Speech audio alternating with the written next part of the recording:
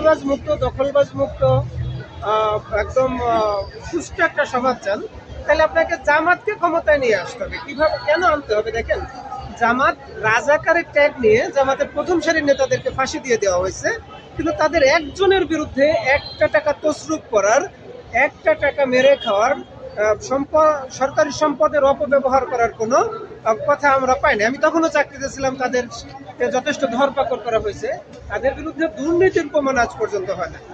জামাতকে কেন রাজাকার ট্যাগ দিয়ে ফাঁসি দেওয়া হলো?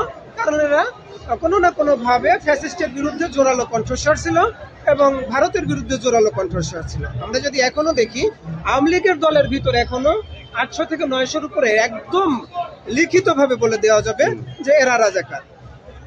শুধু শুধু আওয়ামী লীগ আসলে এমন একটা মেশিন ছিল, যে আমরা কথার কথা তো শুনেই আসছি, যেটা একদিক দিয়ে রাজাকার ঢুকাই দিলে আর একদিক দিয়ে মুক্তিযুদ্ধ বেরোয় যেত।